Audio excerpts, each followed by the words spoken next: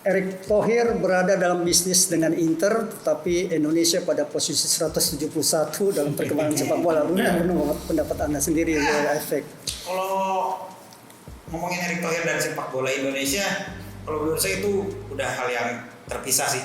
Kayak yang tadi Mas Adit bilang, memang nggak ada pengaruhnya buat sepak bola Indonesia. Jadi Indonesia kenapa mungkin masih di peringkat 170 atau berkutat di sekitaran situ aja, memang mungkin murni masalah internal ya, maksudnya ada apa sih dengan manajemen atau dengan PSSI itu kayak gimana, mungkin masih belum settle kayak gitu ya. Jadi memang dengan bahkan mungkin misalnya ada pengusaha lain dari Indonesia yang di klub lain di Italia juga, menurut saya sekarang pun juga tetap belum ada dampaknya untuk sepak bola Indonesia sih. Begitu.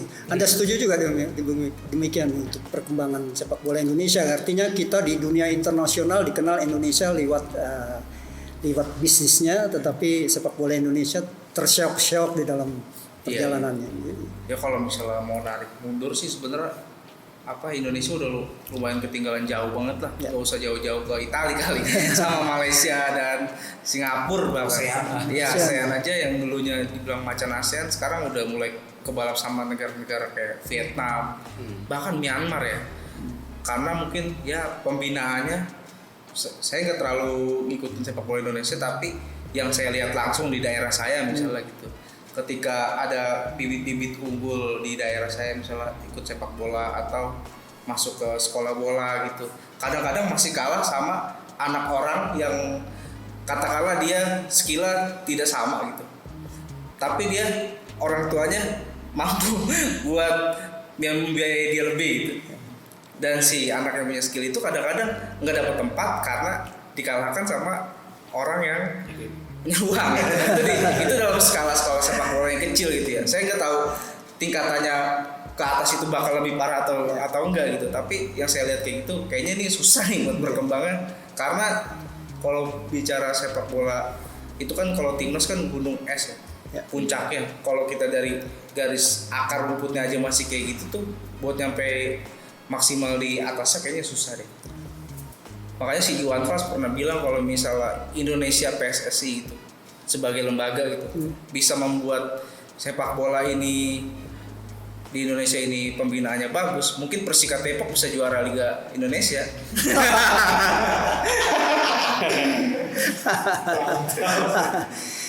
Ya memang kalau kita berbicara kualitas tadi ada apa namanya, istilahnya ada ketimpangan ya. Tetapi apakah ada kunci-kunci saran untuk sepak bola Indonesia? Karena saya pikir tayangan masuk, tifosi terbentuk dari Italia. Jadi tayangan Italia masuk, terbentuk tifosi Milan, tifosi Inter, Roma dan Lazio. Jadi bagaimana bisa mempengaruhi sepak bola Indonesia lewat di mananya nih? Lewat titik mana sebenarnya? Kalau menurut saya sih Bung, yang pertama ini klub-klub luar sana nih, kita ngomongin klub Italia atau klub Inggris atau klub manapun. Pada saat mereka melihat ada potensi besar, wah punya fans banyak di Indonesia, mereka akan memanage, mereka turun. Kalau yang saya lihat ya pribadi, terbukti dengan banyaknya akun seperti official Inter, official Milan yang Indonesia akun official, maksudnya itu kan itu bukti bahwa keseriusan klub ini, klub sepak bola ini terhadap fans itu besar. Jadi kalau yang itu yang saya mungkin kurang lihat di Indonesia ya. Saya juga bukan yang mengikuti banget sepak bola Indonesia, tapi kalau kita bandingkan keluar, coba deh contoh kayak gitu. Bagaimana tuh punya fans tuh dikelola, dihandle, ibaratnya bahasanya itu dienakin lah sebagai fans tuh, jadi ngerasa kayak wah gue bangga nih sebagai fans ini nih, ternyata klub ini memikirkan gue sebagai fans gitu, misalnya kayak gitu. Jadi kayak yang lebih coba deh manajemen fansnya tuh diperbaikin atau ditingkatin lah kayak gitu. Terus juga kesejahteraan klubnya mungkin, karena masih banyak kasus di Indonesia yang nggak digaji, bahkan sampai ada waktu itu yang seperti gue jadi jualan es krim atau jualan apa jus ya kayak gitu tuh ada. Itu kan itu benar-benar timpang banget. Saya ngeliatnya tuh walaupun bukan penggemar bola Indonesia, tapi sebagai penggemar sepak bola juga ngerasa aduh kok kasihan gitu loh, kok parah banget sih gitu loh negeri. Kenapa bisa kayak gini nih, masalahnya nih ada apa gitu loh. Jadi mungkin contoh klub-klub yang di luar itu mereka udah benar-benar transparansi dalam hal apapun lah ibaratnya. Untuk soal finance mungkin ada beberapa website yang Mas Adi bisa dicek lah, mungkin maksudnya terbuka gitu loh. Bisa lah kita coba contoh lah apa yang mereka lakukan gitu, walaupun mungkin tidak 100% bisa diterapkan di Indonesia karena mungkin ada beberapa regulasi yang berbeda, tapi setidaknya ada benang merahnya yang bisa kita tarik. Begitu. Sekarang kesulitannya adalah Serie A datang ke sini, TV harus juga kerjasama dengan RAI sana untuk menayangkan ini. Bagaimana bisa mengikuti yang di mana liga ini kalau tidak terjadi di TV? Apa yang sebagai tifosi Inter dan Milan katakan bagaimana tuh?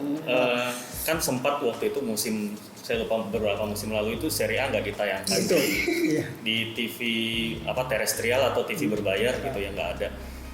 Pada saat itu sih memang kita kesulitan banget gitu untuk mengikuti gitu, mau nggak mau kita cari kayak streaming kayak gitu untuk supaya bisa nonton siaran langsungnya gitu, tapi itu kan terbatas ya, mau nggak mau kita ada beberapa pertandingan yang kita nggak bisa nonton, mau nggak mau cuma nonton highlight gitu. Tapi ya hebatnya menurut saya sih, hebatnya fans Serie A adalah walaupun terjadi kesulitan kayak gitu, menurut saya sih fans Serie A itu loyal. Jadi nggak terpengaruh sama keadaan kesulitan kayak gitu. Jadinya emang ngikutin Serie A itu karena emang dari awal suka aja gitu dan menerima biar bagaimanapun keadaannya gitu. Dan itulah kelebihan dari pencinta Serie A sih kalau menurut saya. Walaupun pagi disiarin di sini di mana kita waktunya tidur, apakah juga apa itu sebuah kesulitan juga untuk, karena Serie A adalah tadi istilah ibaratnya katanya ada liga yang termasuk bermutu ya, yang itu belajar gitu. Tapi gimana kesulitannya di waktu yang pagi yang mengganggu? Karena udah jadi kebutuhan sih Bung buat tifosi ya, buat khususnya yang apalagi yang fanatik sama klub khusus gitu. Ketika satu klub ini 1 minggu aja nggak main, itu kayak ada rasa yang kosong gitu di dalam diri. Makanya kita tuh masih nyari-nyari, kadang-kadang belain begadang atau paginya kerja ngantuk kayak gitu-gitu masih dibelain karena itu udah jadi kebutuhan khusus nih. Kalau misalnya kita nggak nonton seminggu atau 2 minggu atau kayak tadi Bung bilang kalau kompetisi libur gimana, kita tuh bahkan ketika nyari berita nyari baca berita gitu. Dari dulu sih saya kalau misal baca koran pasti cari langsung ke bagian bolanya dulu, baru bagian yang lain kayak gitu. Karena kebutuhan aja udah menjadi kebutuhan. Jadi dibela-belain lah.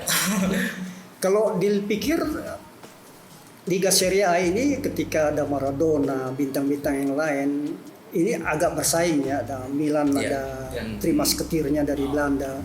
Dan sekarang Juventus hanya dipegang oleh pilar termahal di dunia ini, bisa merajai Scudetto terus gitu.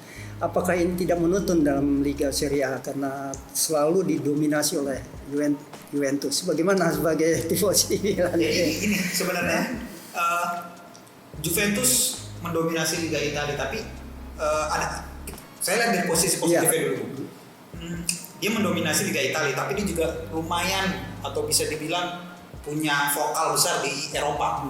Jadi secara Liga Italia atau koefisien ya, istilah koefisien itu sedikit terangkat lah Italia. Maksudnya Juve pernah 2 kali masuk final, walaupun kalah, dan sekali semifinal ya kalau nggak salah, sekali semifinal. Itu cukup terangkat. Tapi yang namanya satu tim terlalu dominan, punya supremasi yang luar biasa gitu, itu udah alamiah lah, dari nggak hanya sepak bola, dalam hal apapun nih kita nonton, kita baca buku sejarah atau apapun, kalau misalkan ada satu orang atau satu negara atau satu klub yang mendominasi, pasti akan muncul yang istilahnya tuh rebelnya nih. Nah kayak sekarang nih akhirnya mulai kelihatan nih, ternyata Juve dominasinya udah mulai menunjuk akan sedikit menurun kayaknya, dengan kalau dulu beda poinnya tuh bisa 8, bisa beda 11, udah jauh lah. Juve baru 34 atau 33 match udah juara.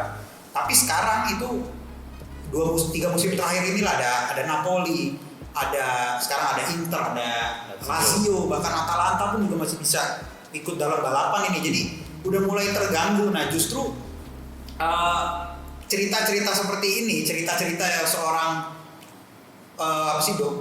yang dominan akhirnya di bawah itu bisa berhasil ngalahin, itu justru jadi cerita yang lebih menarik dibanding kalau dengan satu liga ada 8 atau 5 tim besar yang selalu bersaing. Itu ya tiap tahun begitu aja. Tapi kalau ada satu tim yang selalu mendominasi, pada akhirnya dominasinya runtuh, itu akan jadi cerita yang lebih kayak plot twist lah. Jadi kayak David lawan Goliat. Lebih ada ya kayak gitu lah. Jadi kayak ada pas tim lain itu ada yang menang, kita asumsi Lazio nih sekarang Scudetto musim ini, wah itu pasti heboh banget.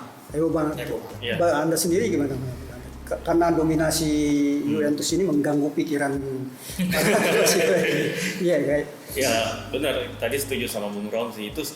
Ini di satu sisi kita melihat sisi positifnya adalah dominasi Juventus itu akan menarik pesaing-pesaingnya itu untuk berbenah, untuk memotivasi mereka untuk menyamai hegemoni Juventus. Dan setelah klub-klub itu punya lebih kesadaran, kayak contohnya klub seperti Inter, Lazio dan juga Atalanta itu mulai mengelola klub juga secara benar dan juga dengan cara yang modern, itu kualitas Serie A sendiri juga akan terangkat gitu.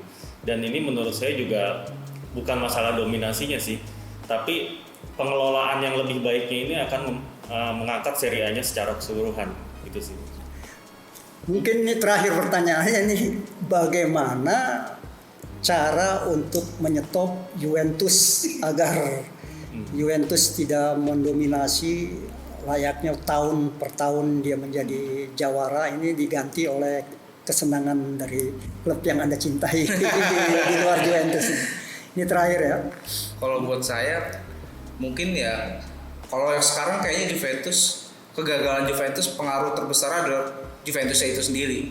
Nah ini kan Juventus lagi sebenarnya bukan tim yang bukan tahun yang ideal banget, karena dari sisi taktikal kayaknya Maurizio Sarri masih mengutak-atik nih gimana sih idealnya nih. Dan di sisi lain ada Lazio yang udah dipegang Simone Inzaghi udah lama, dan Simone Inzaghi udah tahu banget kultur dari timnya ini, udah sangat mengenal klubnya, mungkin dia bisa mendominasinya. Terus ada tadi Inter udah berbenah.